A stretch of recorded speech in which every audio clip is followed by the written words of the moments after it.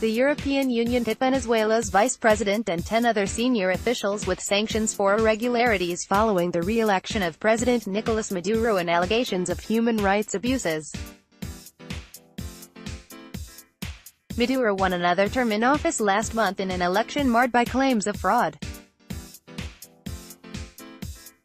Popular opposition leaders were prevented from running in the contest. Vice President Delcy Rodriguez was among those slapped with travel bans and asset freezes for allegedly undermining the country's democracy. The Deputy Attorney General and Industry Minister were also sanctioned, along with former Vice President Tariq El-Aissami, who was allegedly accused of being responsible for serious human rights violations, including arbitrary detention, politically motivated investigations, inhumane and degrading treatment and torture. The persons listed are responsible for human rights violations and for undermining democracy and the rule of law in Venezuela, the EU said.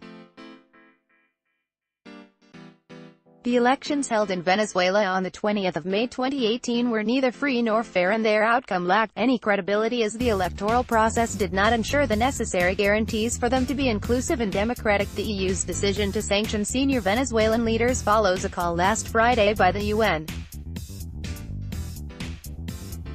High Commissioner for Human Rights, Zaid Ra'ad al-Hussein, for an international probe into the country's human rights abuses. In May, the United States levied its own sanctions against members of the Venezuelan government, prompting tit-for-tat diplomatic expulsions. After President Donald Trump signed an executive order sanctioning the Venezuelan government on May 21, the Latin American country expelled the top U.S. diplomat and his deputy. The U.S. State Department quickly responded by announcing that Venezuela's chargé d'affaires and deputy were no longer welcome in the U.S. The United States will not sit idly by as Venezuela crumbles and the misery of their brave people continues, Vice President Mike Pence said at the time. Since taking office, Trump has adopted a hard line on Venezuela, which is experiencing the world's highest inflation rates, a serious recession and a humanitarian crisis fueled by food and medical shortages. The president has so far signed 3 executive orders placing sanctions on Venezuela, and last year Trump suggested conducting a military intervention there to mitigate the crisis.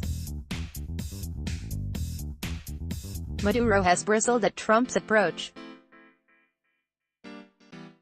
In February, he insinuated that Trump was acting hypocritically, tweeting that the president had campaigned promoting non-interference in other countries' domestic affairs, and that the time has come to fulfill it and change your agenda of aggression for one of dialogue.